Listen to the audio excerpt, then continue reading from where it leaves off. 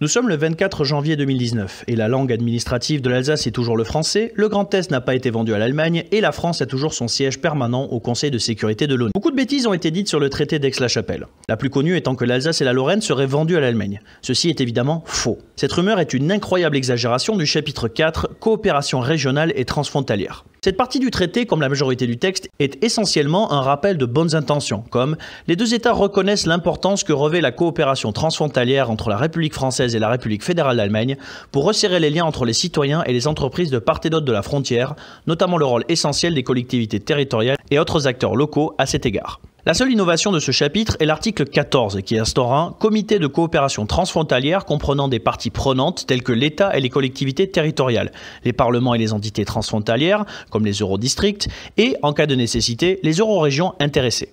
Concernant la rumeur qui prétend que l'allemand allait devenir la ou une des langues administratives de l'Alsace, elle vient du même chapitre sur la coopération transfrontalière. L'article 15 stipule « Les deux États sont attachés à l'objectif du bilinguisme dans les territoires frontaliers et accordent leur soutien aux collectivités frontalières afin d'améliorer et de mettre en œuvre des stratégies appropriées. » Concernant la France qui partagerait son siège au Conseil de sécurité avec l'Allemagne, ceci est également faux. Le paragraphe 2 de l'article 8 dit justement « L'admission de la République fédérale d'Allemagne en tant que membre permanent du Conseil de sécurité des Nations Unies est une priorité de la diplomatie franco-allemande. » Le traité dans son ensemble est rempli de bonnes intentions avec peu de réels engagements. Il est divisé en 7 chapitres et 28 articles.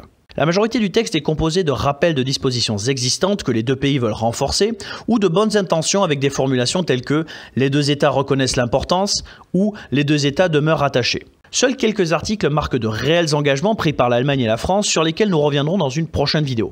C'est tout pour cet épisode, n'hésitez pas à suivre la chaîne sur les réseaux sociaux et à la soutenir sur Tipeee. En attendant, je vous dis bis bald.